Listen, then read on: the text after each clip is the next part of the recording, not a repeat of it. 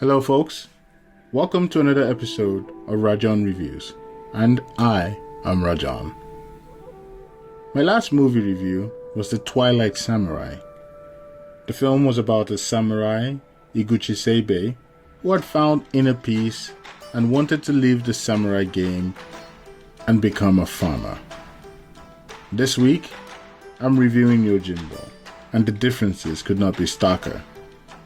Sanjuro Kuwabatake is the name of a wandering Ronin whose goal in this film is to stir up chaos. The name Sanjuro Kuwabatake is a fake name he gives to the villagers.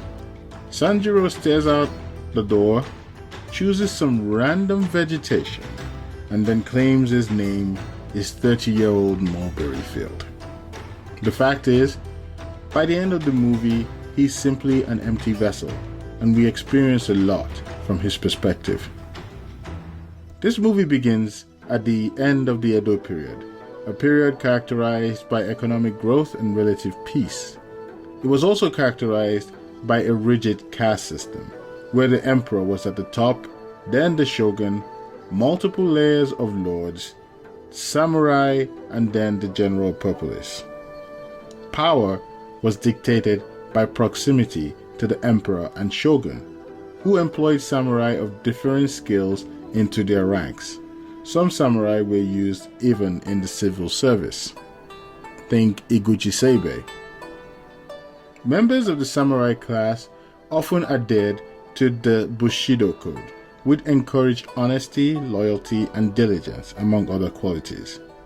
A member of the warrior samurai whose lord falls out of favor, dies, or is ill-fated becomes a Ronin until they enter the employ of another lord. This is not a history of the Edo period, and I'm hardly an expert. So, let's talk about the film. Enter Sanjuro, a man among mountains, whose personality fills the screen. With his weird shoulder shuffle, he tosses a stick into the air and lets fate determine his path. Somehow, he wanders into this village, and the first thing he sees is a dog with a severed arm in his mouth. His reaction is invaluable because it says a lot about his state of mind. I would have had the exact same response. Where the fuck am I? It was a town of scheming folks who commoditized human life over human rights, and Sanjuro was not going to have any of it. How could you? What would you do if you were in a village where women were enslaved by other women, officials were constantly being bribed, and no one kept their word? The only people who suffered the consequences were the townsfolk who wanted to have nothing to do with the corruption. I say this now because Sanjuro's intent becomes more apparent as the movie proceeds. Still, at the very beginning, he seemed as crazy as everyone else. I don't think his intentions are purely good by any means, and folks in the town were just as confused as myself.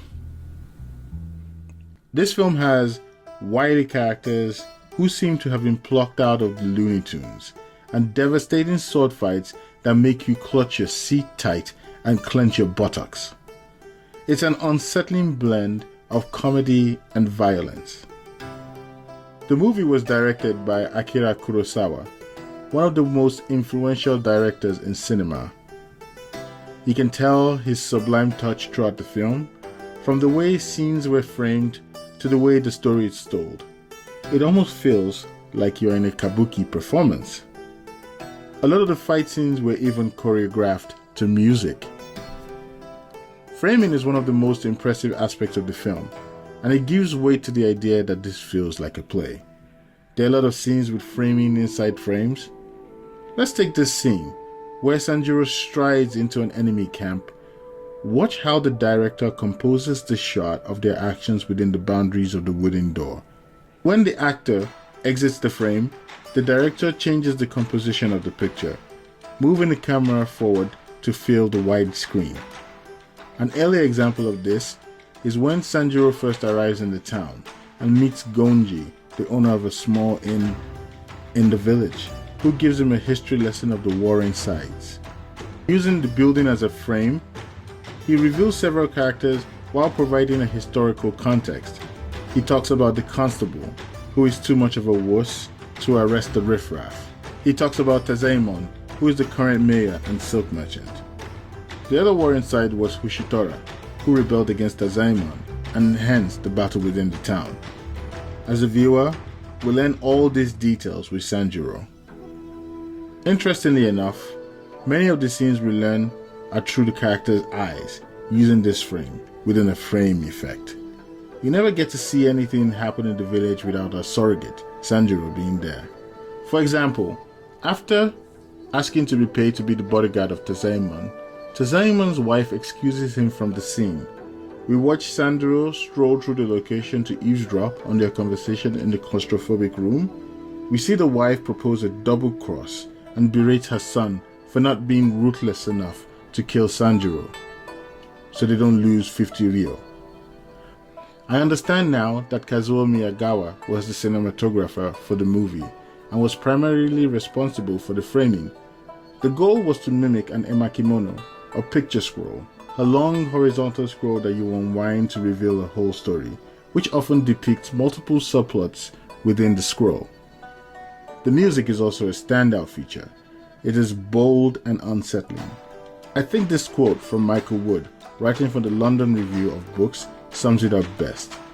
This film is full of music, a loud, witty soundtrack by Masaru Sato, which mixes traditional Japanese flutes and other instruments with American big bang noises, and feels jaunty and jangly throughout, discreetly off, as if the band was playing in the wrong key.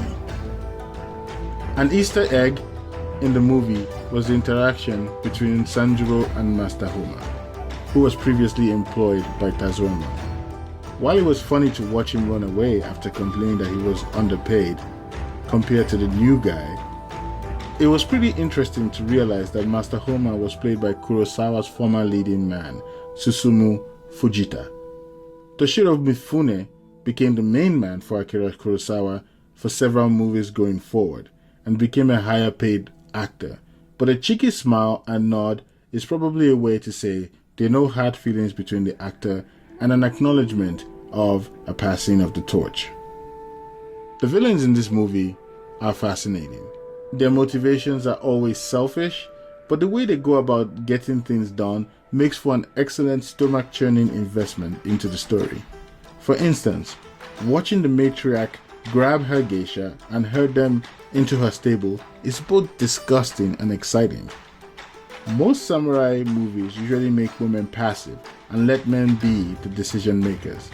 This is one way the movie breaks from other samurai films. Another example of this adds nuance to Ushitora's character. After Tazaemon seized his mistress, Ushitora was clearly distressed, and he decides to let go of the leverage he had by exchanging Tazaemon's son for the mistress. The minor villains are also quite interesting. Inokichi, who plays Ushitora's brother, is a comic relief character who does an excellent job of breaking the tension and making you laugh in many scenes. He also seems quite interested in Sanjuro, remarking on several occasions about how strong he is while gazing lovingly into his eyes. Unosuke, who plays a ruthless gunslinger, seems to be a surrogate for the modernizing world. An apt statement he made also made it quite clear when he asked how the samurai sword could compare to a gun. Toshiro Mifune is a force in this movie. From his wry smile to his bold statements, he infuses the film with character.